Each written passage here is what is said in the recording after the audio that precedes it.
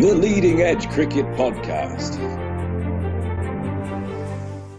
Hey guys, welcome back to the Leading Edge Cricket Podcast, episode 25, a quarter of a century, and today we're going to get stuck into all the latest in world cricket, county news, all the latest IPL action. I can hear a little cheer coming out of the IPL contingency, and as always, I am Rob, one half of the Leading Edge Cricket Podcast, joined by my co-host Rich. Hey Rob, what's going on? Not a lot. Not a lot. It's 8 o'clock in New Zealand.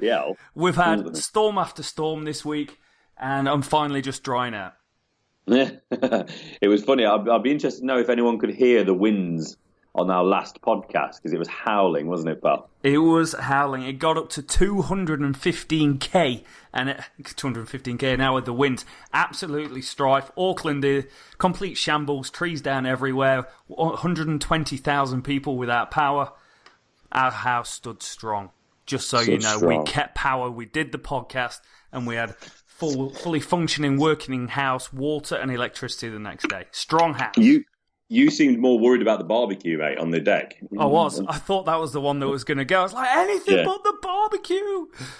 Don't worry about the expectant wife. You know, you just like, is the barbecue going to be okay? Is the barbecue going to be okay? Well, you've got to ask, if the barbecue went, where the hell am I going to put my shrimp? Very true. Very true. Very true. So, well, I'm glad you survived that one. I did. I made it through, mate. I made it through. I just want to take a quick look at two comments from YouTube which kind of stuck out over the last day or so since the last episode. One from Meme Stealer. A quote from Rich. Rich, is this the first time you've ever been quoted? Oh, no, loads of times. Surely, at least in court, anyway. And it's a bit of a play on words, this. Rich going, the rich get richer. It was amazing to hear Rich say that. There's a lot of Rich going on there, isn't there? There's a lot of Rich. I'm a big fan of that. And one from Vasu Sharma, who is a huge IPL fan. I liked your podcast very much. That makes me a very, very happy man. That's I like that as well. Is Vasu also the chap that's asking where's the IPL podcast? He is. He's hankering for some IPL action. Vasu, my man, it's here, it's coming. We're going to keep going with it. Don't worry. We might not do one every day, but it's going to be coming. We'll keep you posted, pal. It's coming. And we also had some comments in relation to the question that you null and voided in the last episode, Rich. I can do what I want, mate. I'm just a rebel. What can I say? Well, you can do. It's my podcast. I'm not going to answer. I was scared. So the question was, who is the only player to score 100 runs in each innings of his 100th Test match? The first one that came to my head was, it's definitely not Justin Langer, who got hit on the head from Nintini, concussed and taken out in the first over his 100th Test. It definitely wasn't him. No. Vasu Sharma, our IPL podcast-loving legend, guess Virat Kohli. It wasn't Virat, was it? It's not Virat Kohli. Virat Kohli's only played about 50 Test matches. I think there's a bit of Virat love going on in that relationship.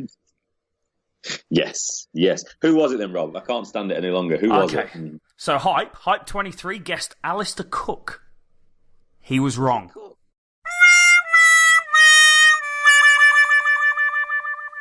Oh, I might have gone to Cook, but he was the only one I could think of at the time. It was like, I know he's played 100 tests, and it could be him. Yeah. No, okay. Virat Kohli just played 66 tests. But one man, once again, head and shoulders, you could say he's tall above everyone else. Got it right. Not him again. Chris Tall. Ricky Ponting, in brackets, Australia versus South Africa, Sydney 2006.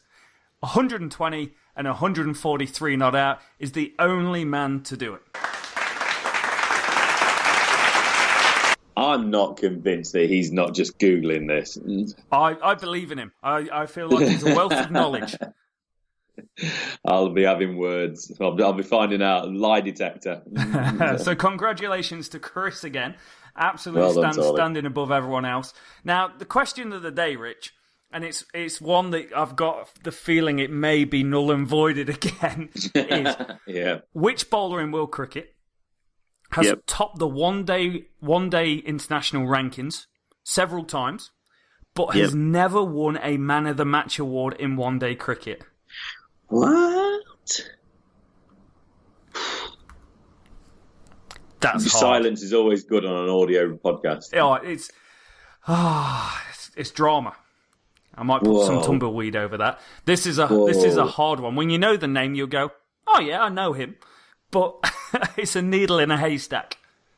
It's who's topped the rankings, isn't it? That's the thing. You could think of certain players, but every name that pops into your head, it's like, no, he won't have topped the ranking. Got a feeling it's going to be an Aussie. Okay.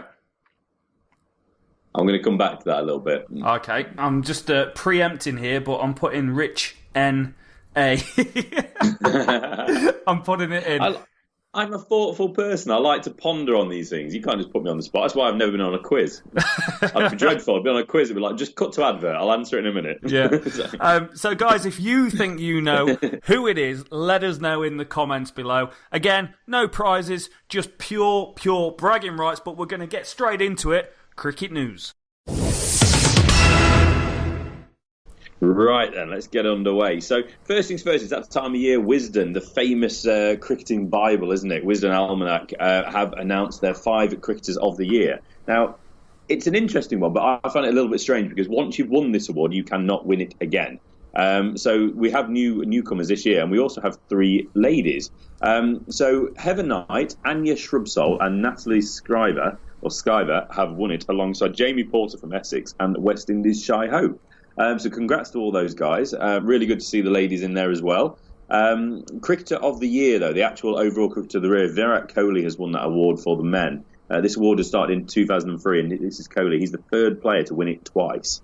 And he's won it 2 years in a row as well. So overall in 2017, he scored 2,818 runs, more than 700 ahead of Joe Root in 2nd place. Wow.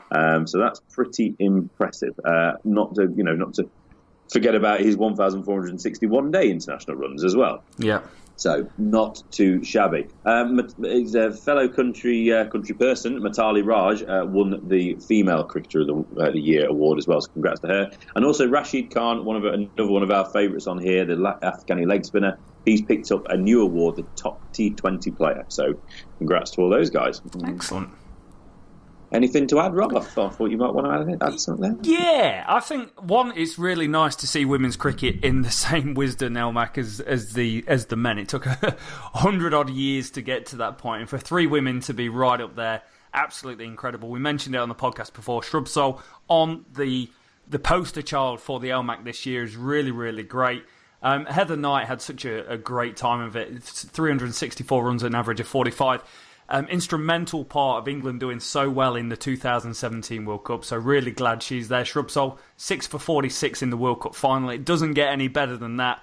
There's a quote here saying, national hero. You imagine if a bloke had got 6 for 46 in England and won the World Cup.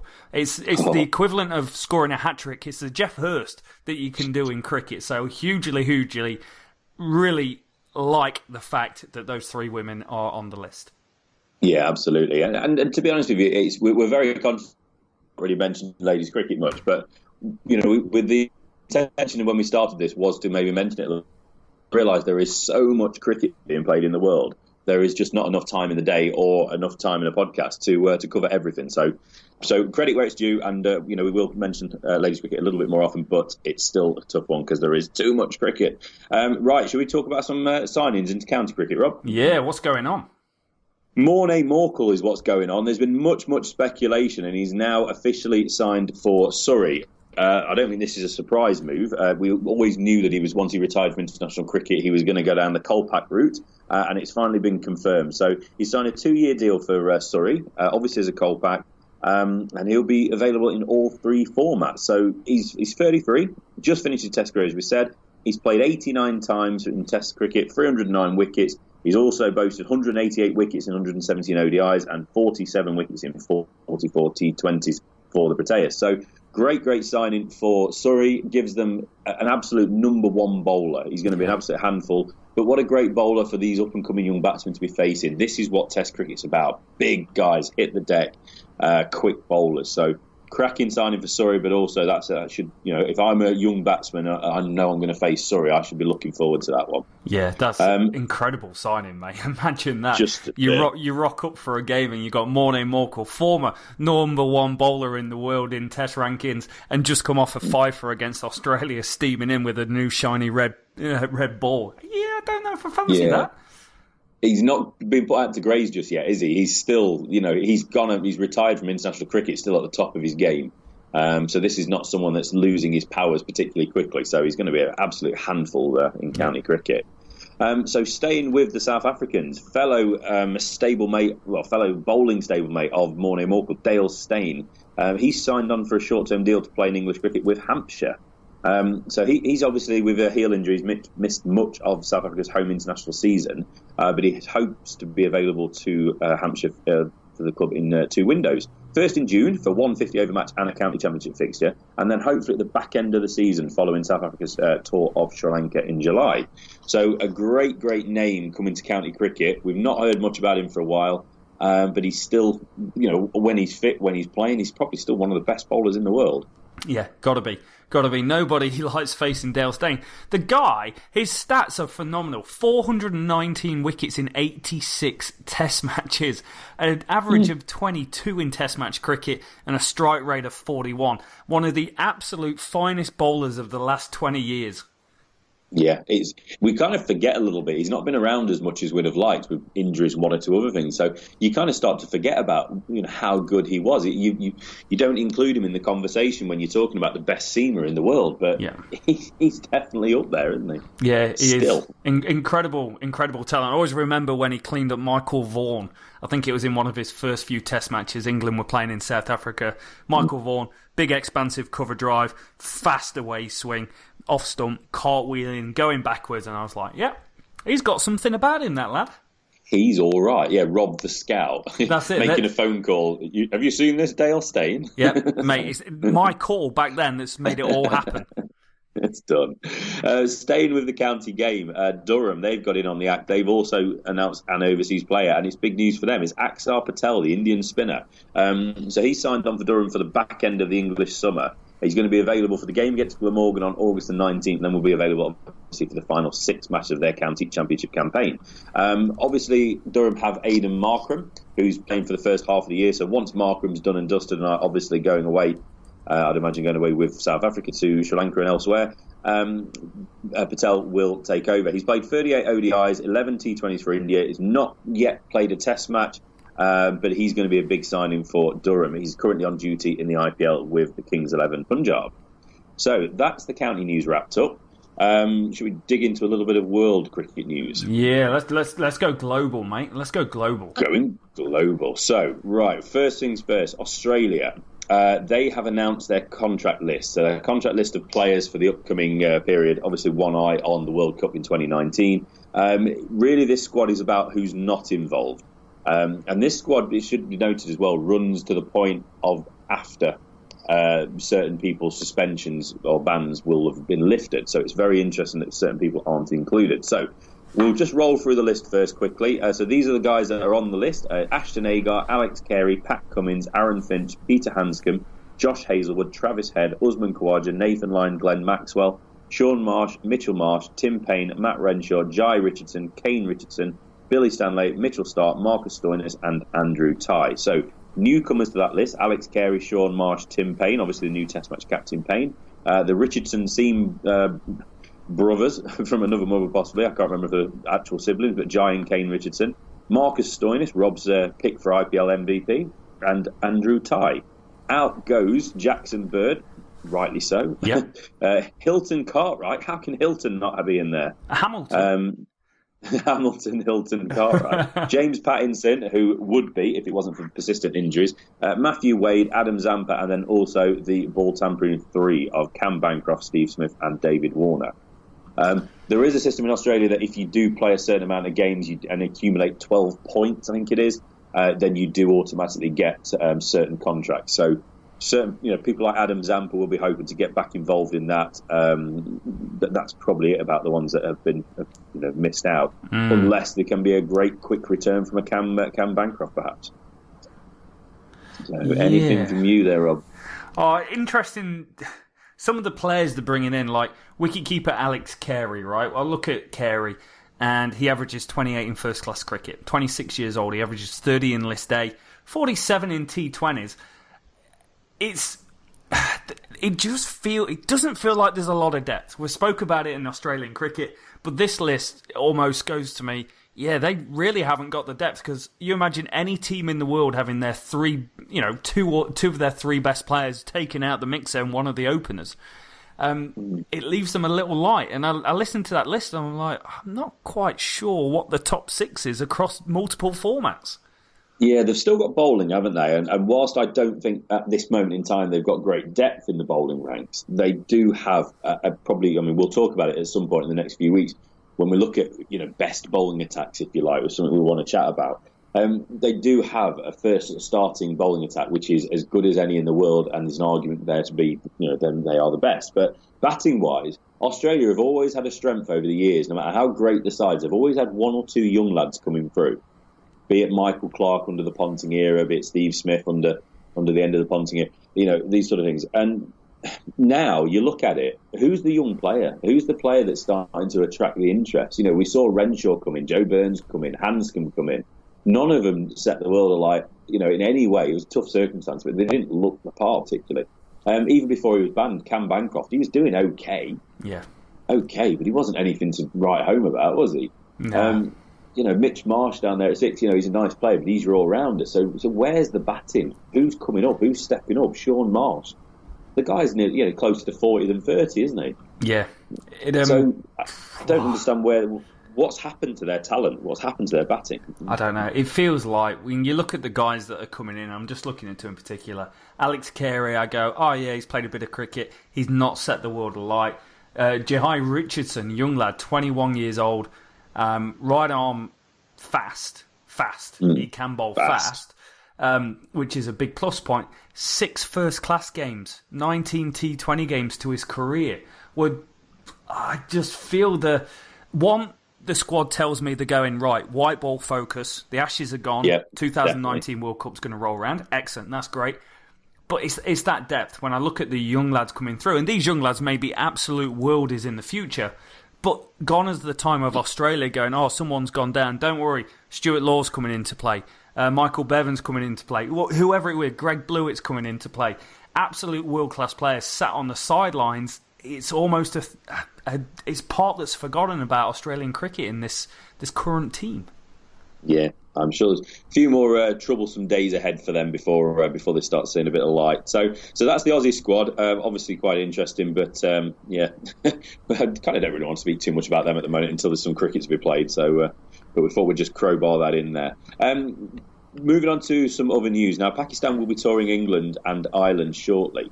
They'll be the first team touring this summer. So, but bad news for them. Their premier spinner, number one spinner, Yasir Shah, has been ruled out for about 10 weeks for stress fracture of the hip. That sounds painful.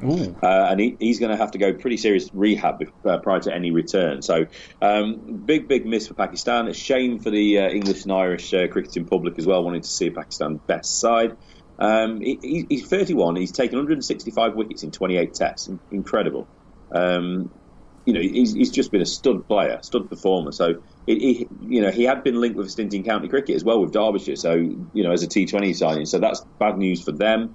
It could be good news though for fellow Pakistani spinner Shadab Khan, who's also now being linked with signing for Derbyshire if Shah isn't available. So yeah. Bit of bad news there. Very bad news, and he's a workhorse for them, right? The guy, he's one of these players. He didn't make his Test match debut till he was 28 years old, which is quite incredible in 2014. But since that point to today, he's had the third heaviest workload in terms of balls bowled, 1,546.1 overs bowled by him, and that's a huge hole for Pakistan to try and pick up. But one thing that always comes out of Pakistan is there's always a decent spinner just around the corner.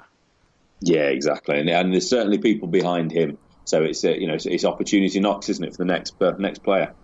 Right then, that's county news, that's Wisden news, that's world cricket news out the way.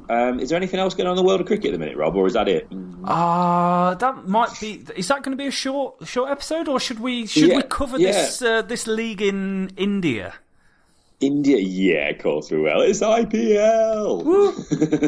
So, right then, let's get underway. IPL, what's been going on? It's kicked off this in the last week or so. But before we get into the games, before we get into the other news, let's just pick up on a few transactions. So, Another Aussie is now going to be missing the IPL. This time, star bowler, big one for me, Pat Cummins. He's had to withdraw due to back injury.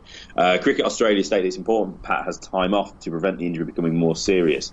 He was set to be a key member of that Mumbai Indian squad, wasn't he? So massive disappointment for the folks of Mumbai and for Cummins. Other news, Liam Plunkett, he has turned up as the replacement for the injured South African seamer Kagiso Rabada for Delhi Daredevils.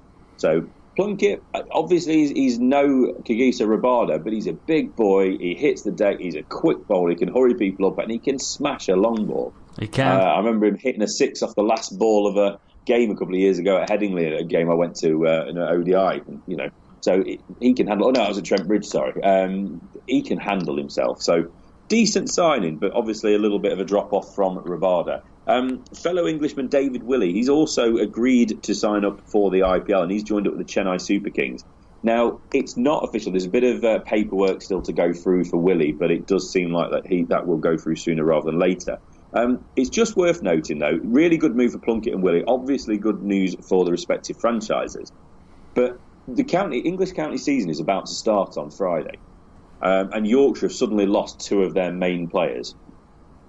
So obviously Yorkshire, as you can appreciate, are not overly pleased with this. If an English player snapped up as part of the auction, then obviously the county's got time to adapt, and they've got time to kind of accommodate what they're going to do and plan what they're going to do. But obviously when it's so late in the day, this could cause potentially big problems for counties. So obviously Yorkshire aren't too happy, but I'm sure Willey and Plunkett are, and I'm sure their bank accounts are very happy as well. Yeah, definitely. Last bit of news. New Zealand leg spinner Ish Sodhi has been snapped up by the Rajasthan Royals as a replacement for Afghani wrist spinner Zahir Khan. Sodhi is currently 4th ranked T20 bowler in the world, which begs the question, why wasn't he picked up first, guys? Come on. This is going to be his first stint in the IPL, quite surprisingly. So hopefully he goes well. Zahir, though, he's worth mentioning. He came to prominence during the Under-19 World Cup in New Zealand in January, and he was one of the 4 Afghanistan players acquired for this year's IPL. Massive shame for Zahir. He's a young fella, but a huge chance for Sodhi. I'd say that has got us up to date with where we are with IPL new signings. Nice. You're a wealth of knowledge, Rich. A wealth of knowledge. Well, I feel a little bit like the rich is getting richer.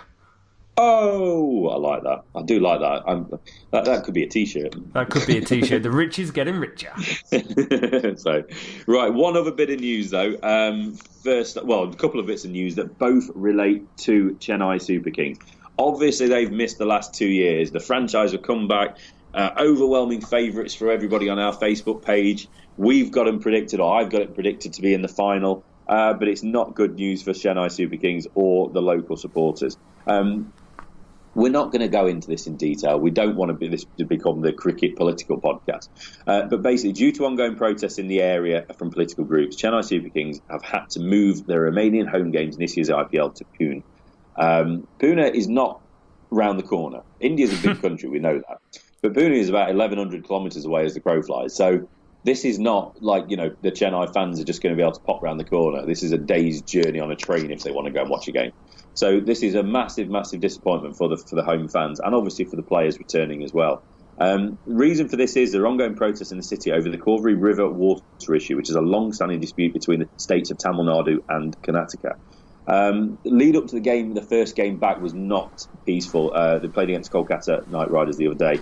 Political parties organised rallies in the vicinity of the stadium protesting the issue, and several local political parties and fringe groups wanted to boycott the IPL matches in Chennai until the dispute was resolved. It's a shame sport has to be brought into this. It's a shame for the population and the people, but we don't know enough about this issue to comment. So, it's just all we can say. It's a massive shame for the local fans after missing 2 years of cricket for the Super Kings. It's horrible when sport and politics mix. It's never a pretty sight. I am looking at one hell of a cartoon at the moment, though. This sounds strange. But there's a whole heap of things they're not allowed to bring into the stadium. Car keys, bananas, banners, flags, black clothing, water bottles, food, bags. But the one that's standing out that's causing a bit of uproar is you're not allowed to wear any black shirts. And someone's done a cracking cartoon. Now, I'll try and capture this and put it on our Twitter account, so make sure you check that out. But basically, there's a dude at the front saying security rules for the IPL, pointing at the guys telling them to take off the pants because they're just turning up in the pants, and he's going, "Nah, got to take off your pants, bro." I think the one of the protest groups were going to use black flags, so you can imagine the fear of security of someone hoisting their black underpants or undercrackers onto a flagpole, waving it around. Lots of pixelated fans in the crowd, I'd imagine, if that was to happen. Exactly. Yeah, so it's a shame. It's always a bit of a farce, isn't it, when things like this happen as well? And as I say, I don't really know the exact reasons why the cricket has to be impacted. Obviously, cricket's massive in India. We understand that. So maybe that's why it's just trying to create as much of a story as possible. So shame for them, but we move on. More bad news, though. I'm sorry, that's not the end of the bad news for Chennai Super Kings. Captain Suresh Raina, he's going to be missing the next 2 games with a calf injury picked up in that game against KKR. This is going to be the first Super Kings match he misses. The first time in his career, he's missing a game for CSK. So he won't appear against Kings 11 Punjab in Mohali on Sunday, and he'll also miss the home game in Pune on April 20th against Rajasthan Royals. I think I may have cursed this. I apologise to everybody and to Suresh Raina and his family. I think I predicted him for MVP, most sixes, the most runs, and then I probably said, you watch him go and get injured now. You did. Fair summary? It's a fair summary. I think the power. I think that they're out. Comic Comedian commented on the IPL preview podcast saying, "You were right. Suresh Raina injured his calf muscle, although in the second game he's going to miss the next 10 days of the tournament." Yeah, it was a little bit cloudy. My vision was clouded. I thought it was going to be the first, but clearly it was the second game. So. Right, we are up to date, Rob. We have everything. We have world news. We have county news. We have IPL news. It's time to have a look at what's happened in the IPL so far, yeah? Awesome. First 6 games. Let's get it on. First 6 games, right. We're going to run through it one by one and just talk a little bit around it. But yeah, we'll pick out what we want to. So first game got underway. Mumbai Indians against the Chennai Super Kings. What a big matchup in Mumbai. Mumbai batted first, 165 for 4 off their 20. Ishan Kishan, what a name, 40 off 29 at the top of the order. Yadav, 43 off 29, and then the Pandyas. Krunal, 41 not out of 22, and Hardik, 22 off 20. For the Super Kings, Shane Watson still got it, still wobbling that ball, 2 for 29, and Deepak Chahar, 1 for 14 off 3 overs. So, great bit of economical bowling. Not just about the wickets in T20, is it? It's also about the economy rate. So we'd like to include those where we can.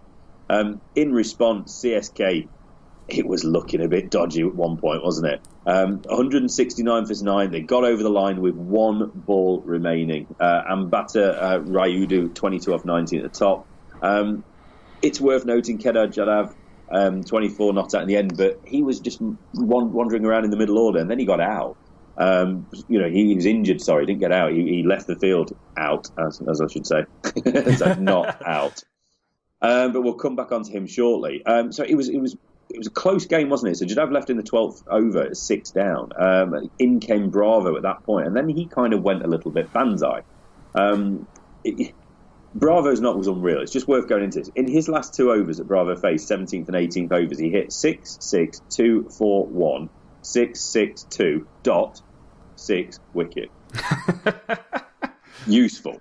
So DJ Bravo ended up with 68 not out off 30 balls, incredible knock, 7 sixes, 3 fours, and a strike rate of 266.67.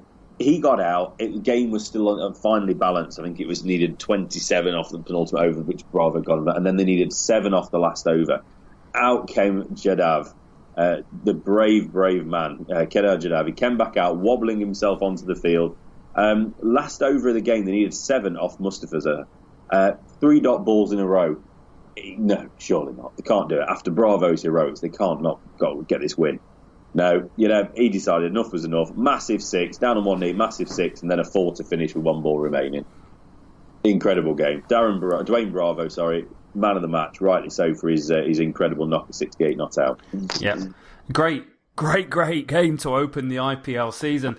Mumbai, shaky start with Watson picking up Sharma early and Lewis going early as well. So they were right on top of it. Watson bowled superbly. Now, he did go for a couple of 6s towards the end, but he bowled a very, very good spell of bowling. Now, can I tell you who didn't bowl very well, Rich? Yes, you can. We enjoy these figures. Our man, Mark Wood. I say our man with little air quotations wrapped around it. 4 overs for 49. He bowled too short. Yeah, welcome to the IPL, Mark.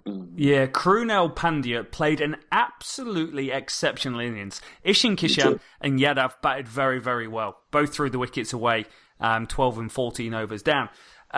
One Pandya didn't quite get going, but Krunal was absolutely incredible. Crunched a boundary through cover first ball. Mark Wood tried bowling short at him. He just rocked back. Little uppercut over the boundary for 6. He was on fire. In fact, one ball was an in-swinger, almost knocked him over, and he still managed to hit the ball for 4. He was incredible in this innings. That was a fun shot, that was, wasn't it? So, yeah, just worth mentioning, actually. Sorry, I forgot to mention, just when we're talking about bowlers, for Mumbai as well, hat tip to the bowlers as well. Hardik Pandya, 3 for 24, and Mayank Markande, 3 for 23 as well. So, got to mention those boys taking 3 wickets apiece.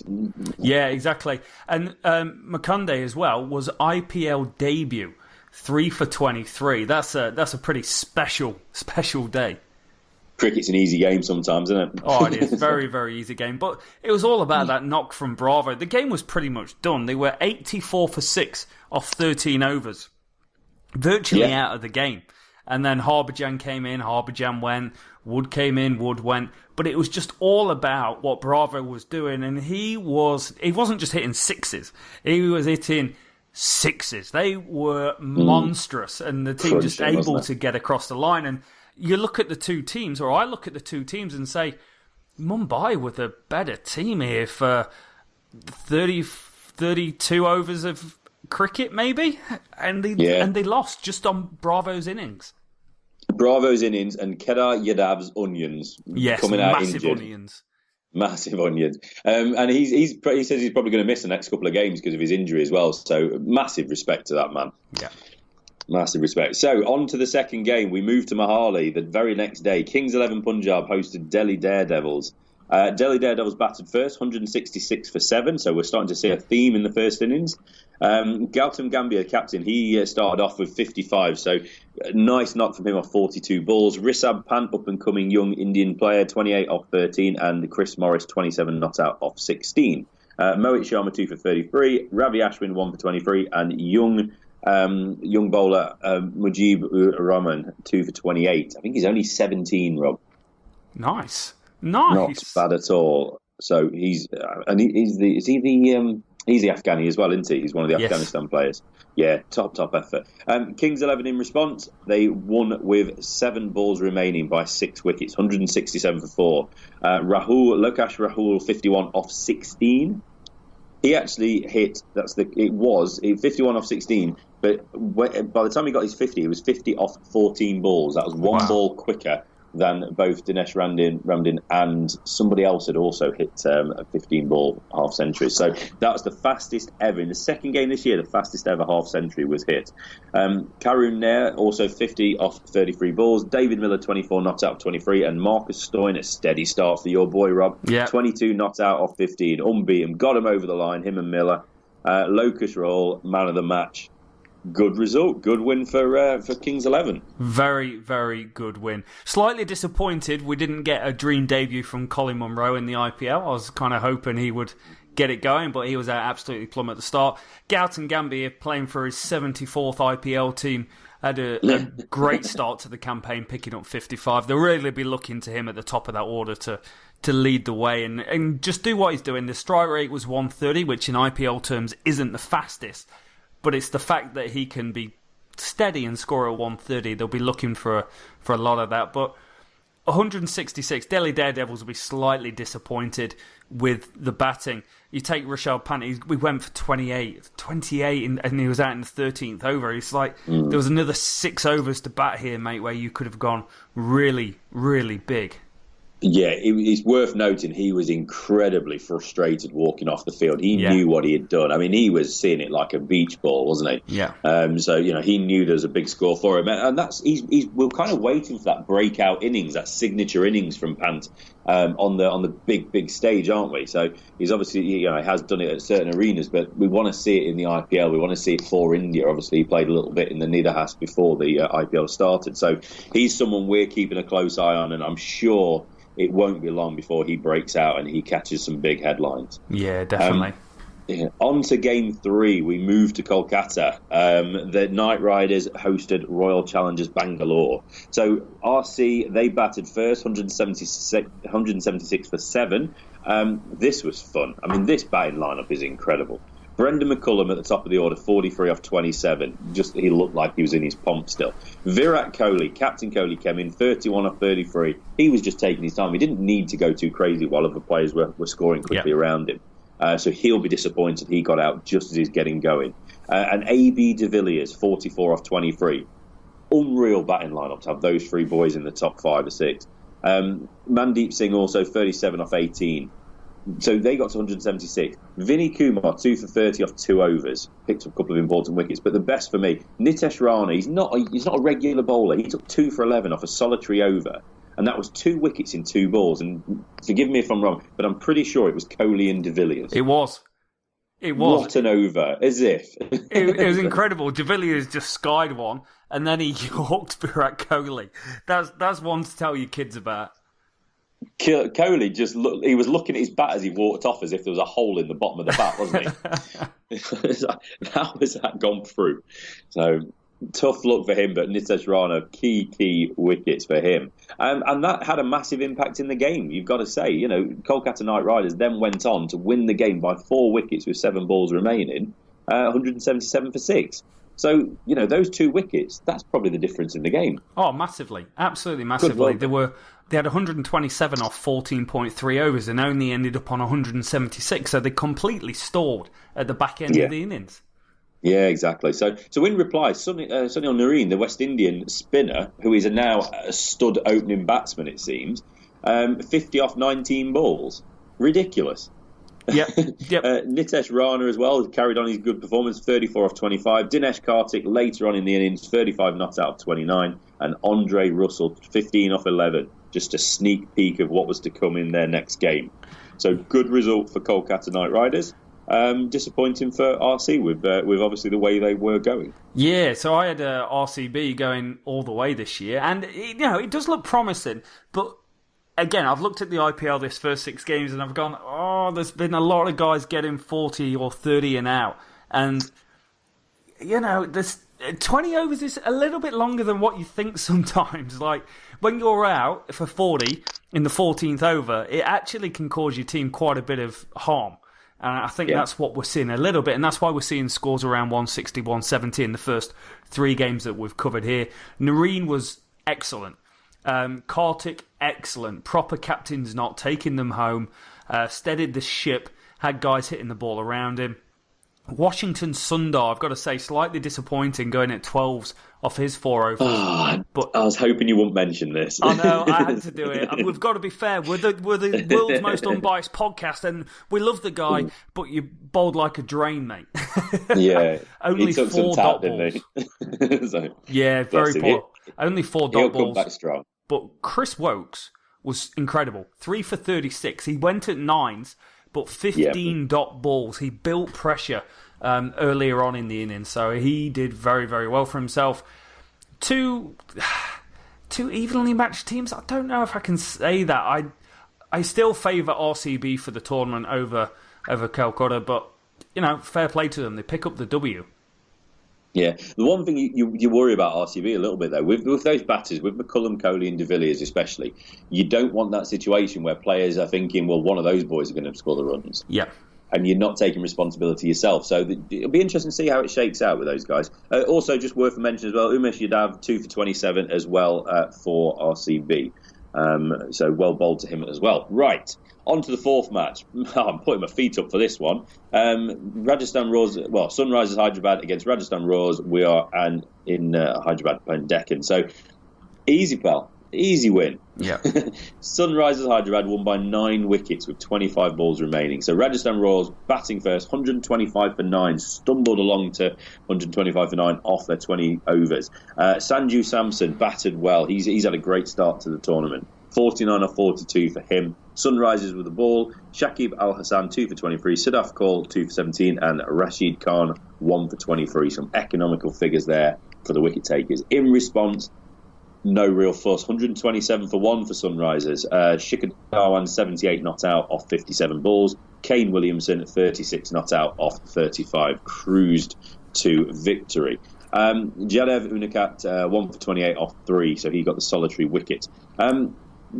It's a difficult one, isn't it? I think first innings, you'd say as a spectacle, not the best game. The bowlers obviously won the battle, which is allowed in cricket. Yep. We forget that is allowed. But obviously, in response, classy knock from Shikhar Dhawan. He picked up the man of the match, rightfully so. He's going to have a say in how successful or not Sunrisers are going to be this season. Yeah, I was disappointed from Rajasthan. That 125 for 9, and you've got to go, that's good bowling. At the time, there was some very, very average batting and shots as well. Rahane caught out in the deep. Listen to this. Samson caught out in the deep. Stokes caught out in the deep. Tripathi caught out in the deep. There's a theme going on. And Darcy Short, first over, he took a single to Kane Williamson, who absolutely nailed down the stumps from mid-off and put him to bed. So it was poor batting, poor execution of some big shots that they were going for. But you've got to say it's some great bowling. Every single bowler was full of dot balls, building pressure. That's how you take wickets in T20. You make the batsman have to do more than what he wants to do. It's not every single batsman at the creases thinking I'm going to put every ball into the stands. It's about building the innings, and Rajasthan just were not able to build an innings because of the pressure from the bowling. Yeah, absolutely. So good win for Sunrisers. I'm pleased with their start. I fancy them this year. No place for Alex Hales, it's worth noting, in the starting 11 for Sunrisers. Two other guys I want to mention here is Sanju Samson. Looked like a bloody $1 million for his 49, and I was so annoyed when he threw it away, just playing a big slog. He played some beautiful back foot cover drives, proper cricket shots, which looked incredible.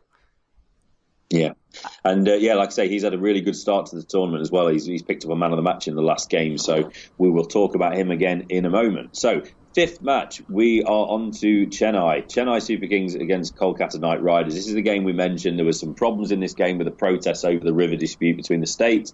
There's also a bit of crowd trouble with people launching their flip-flops and shoes onto the field at CSK players. Whether this was linked to the protest or whether people just didn't like it was a bit of an away support. It sounds like a football match, doesn't it? It does. We're not quite sure. Although saying that, I don't think I've seen many shoes get flung at players in England in football. Not sure. Maybe once or twice. Who knows? But yeah, so this is the first and last home game for Chennai, which is a big, big shame. But anyway, on to the game. So Kolkata batted first. First score of over 200 so far in the tournament. 202 for 6. This is quite amusing. This was after Matthew Hayden on commentary was talking about how it's a bit of a tricky pitch and you know how important it is to get a base and this, that and the other. And then, yeah, it is 200, lad. So it wasn't that tricky, was it? Chris Lynn, 22 off 16 balls at the top of the order. Robin Thapar, 29 off 16. Murali Kartik, 26 of 25. And then the knock of the tournament so far, Andre Russell, Big Dre Russ, 88 not out off 36 balls. It would have been 100 if Tom Curran stopped wasting deliveries and hogging the strike with his dot balls. Yeah. He did not look amused at the end of that innings, Andre Russell. He knows he could have quite easily put another 2 or 3 over the ropes to get him just about up to 100. Shane Watson again with the ball, 2 for 39, and Harbhajan Singh 1 for 11 off just 2 overs. Which begs the question why he didn't bowl a couple more. So Chennai, in response, they did it. They made pretty short work of it, to be fair. They won by 5 wickets, but with 1 ball remaining, another nail-biter of a finish. Shane Watson, again, the all-rounder, what a man, 42 off 19. Rayudu, 39 off 26. MS Dhoni, 25 of 28. And then Englishman Sam Billings with a man of the match, 56 off 23 balls.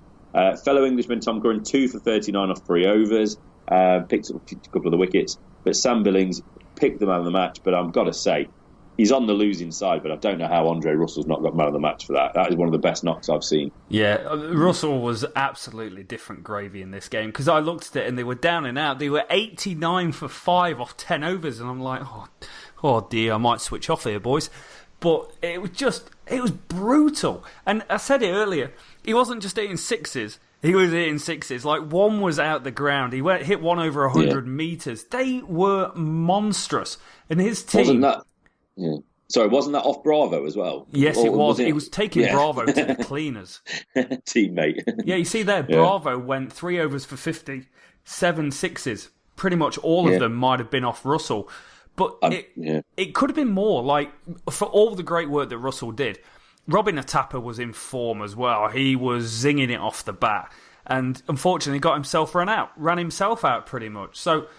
202 for 6 is a great score, and you should go and defend that, hopefully. But it could have been a little more. Yeah, it could have. And like I said, even if Russell had got a couple of those dot balls that Curran patted back at the end, that it probably could have been another 12. The way he was hitting the ball. 11 sixes for Andre Russell. So that kind of gives you a rough idea of what we're talking about if you've not seen it, which I'm sure you have. Right, the sixth, the final game, so get us up to date now. Rajasthan Royals against Delhi Daredevils in the lovely pink city of Jaipur. Somewhere I've been, a very, very nice place. Rajasthan Royals, they batted first, 153 for 5 off 17.5 overs, and then the rain came. Rahane, 45 off 40. Sanju Samson, a really important knock of 37 off 22. And Josh Butler, 29 off 18. Shabazz Nadeem, 2 for 34. And Kiwi Trent Bolt, 1 for 26 off 3 overs. When I'm talking about the figures, if I don't mention the overs, it means they bowled the 4, just so people are aware. So the rain came. It rained and rained and rained. I was hoping to watch a bit, but it kept showing games from other year because obviously they were just filling. Delhi Daredevils finally were allowed to get and have a go at this with a revised Duckworth-Lewis target of 71 off 6 overs. Not easy. They fell short. They got to 60 for 4 in the end off the 6. Rajasthan Royals won by 10 runs. Tough one for Delhi there. Glenn Maxwell 17 off 12. Rishabh Pant again 20 off 14. They were just trying anything to try and get that ball to the rope. Chris Morris 17 not out off 7. He couldn't quite get enough of the strike in the last couple of overs, but he was striking it well. Aussie Ben Laughlin 2 for 20 off 2 overs. He also got a little extra because he absolutely pinged Chris Morris on the side of the helmet as well. So Sanju Samson, man of the match. But a tough game. Who knows what that would have been if that would have gone to the full 20 overs. Yeah, it's a dangerous Delhi Daredevils team if they get going with Glenn Maxwell and Colin Monroe at the top of the order, and when Pant at 3, they obviously stacked that top, and it just didn't quite work out. It's a bit of a shame. I hate rain affected games because it completely changes the context of the game. 153 for 5 with 2 overs left. You're thinking, if they get 170, we can chase 170. And then it's, you need 70 off 6. They probably should still back themselves, but it's a different game. You've got to go in from scratch and hit it. Whereas chasing 170, you can set a platform and accelerate. Yeah. Yeah, it's momentum as well, isn't it? When you've got those short chases, you're asking someone to, like you said, hit the ground running, 6 overs, 71. If you're batting 20 overs, you'd get to 71 off 6 overs and not really think about it sometimes. That's a steady start. But when you're coming from cold, you've been sat in the dressing room a long time watching it rain, it's difficult, isn't it? And then it's all about momentum. You lose a couple of wickets, Glenn Maxwell goes, what can you do? You're in a hole already, aren't you? And if you can't get the right men on strike, you're in trouble. And, I think it was Pant perhaps trying, walking outside off stump and trying to reverse this, that and the other. Sometimes you just need to stand and deliver, just drop into your crease a little bit, give yourself a little bit of depth, a little bit of room, and just try and hit clean. Yeah. Rather than trying to be too smart. You can't afford dot balls, and that's what happens to them. So that's where we're after 6 games. Only 4 teams have played 2 games. Everyone else obviously has played 1. The standings as we see it at the moment, not really that much to look into, but let's just roll through. Anyway, CSK played 2, won 2, obviously 4 points. Then we have Sunrisers and Kings 11 both winning their own solitary game for 2 points. Kolkata and Rajasthan at 4th and 5th played 2, won 1, lost 1, 2 points. And then Mumbai, RCB, they've both played 1, lost 1, and propping them up. Delhi Daredevils, not the best start. 2 matches, 2 defeats, 0 points. So that's where we are. the two teams I predicted for the final, Rob, on now 1 and 2. How long will that last? Oh, probably longer than mine. Mine are 7th and 8th, mate. Delhi Daredevils you went with? No, 7th and 8th. Mumbai, 6th and 7th. 6th and 7th. Get it out, son. Easy for you to say. Yeah, I've got to ask, mate. What has been the knock of the tournament so far? And I'm just going to throw 3 out at you. I've got Andre Russell's 88 with 11 sixes. I've got Billings 56 with 5 sixes, match winning. And I have Lokesh Rahul's 51 off 14 balls. That was good. I mean, that got us up and running, didn't it? That Rahul, that was a nice knock. I've got to go Andre Russell. It was just proper stand and deliver. Rahul was ridiculous, though. Everything that came his way, he seemed to find the fence. Yeah. Missed shots, accidental shots, slipping over, still hit. I can't remember. He went for 6 in the end, but he basically was on his backside by the time he made contact with one, and it still sailed to the fence. So Rahul, that's a cracking knock. I'd say him and Dre Russ are the 2 knocks for me. But Russell probably just clinches it just because he did go on. And he was flying. He was going to go on and score more. It was simple as that. He was. And he was an unbeaten knock as well. I think we haven't really mentioned much about Shikhar Dhawan as well. 78 not out of 57. Second highest score of the tournament so far. Classy, brilliant knock. And because it was just your cruise of a win, you don't really talk about it. But that was a proper knock. Yeah, great knock by Dhawan. Especially under pressure. Like, he was top of the order replacing David Warner. That's serious, and the fact that he's coming in and done that will give their fans a lot of hope about the season. I'm going to go a bit left field, and I'm going to say Sam Billings has been the best knock so far. All right. And the reason for it is the team were, or as I looked at the game, they were out of it when Billings came in and got going. They were 101 for 3 off 12 overs at one point, and Billings just gave them that acceleration to get them over the line. Top knocks, and some very, very good cricket to get us going in the IPL.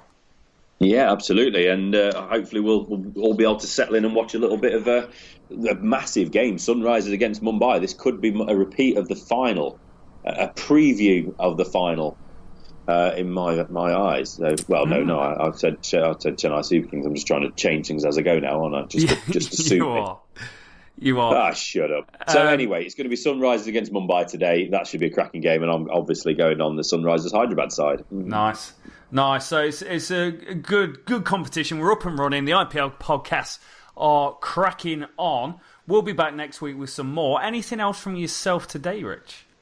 No, not yet. And I think with regards to the podcast, I think it all depends on how well, what moves on in this tournament, how much news pops through. So I think we're going to keep it quite flexible, aren't they? Whether we drop 2 podcasts in a week, whether we drop 1 in a week, we'll see. It all depends on what sort of news. But we have got the county championship starting tomorrow, Rob. Yeah. And we've had 2 days of grey and drizzle. So I don't know how much cricket we're going to see, but there's going to be certainly quite multiple layers of jumpers for those county cricketers. I've got to ask as well, what is the current state of your cricket club as well? You said it was underwater. It's wet, pal. If the sun comes out, I'm taking a towel down and I'm going to go and sit by on the dry bit of grass and pretend I'm at the sea. So, that's how wet it is. We have ducks. Go and buy some sand from the local DIY shop and build a sandcastle, mate. You're at the beach. Yeah. Oh, man. It's brutal, yeah. I think we put a picture on, didn't we, of one of the guys on a dinghy. So it's really tough. But hat tip to one of our local clubs as well, Collingham. They've agreed to allow us to use their outdoor net facilities on Monday nights going forward. So it's great to see local clubs. And clubs, this is what it should be about. Club cricket, it's not about going against each other. It's about working together. So that's a massive, massive respect for the 2 clubs working together. Great stuff. But that'll do it for today then, guys. As always, comment below. Let us know your thoughts on the start of the IPL, as well as the question of the day. Who is it? Who is that person? And as always, if you're brand new here, drop a subscribe. Check us out on Facebook or Twitter. There's plenty of activity going on there.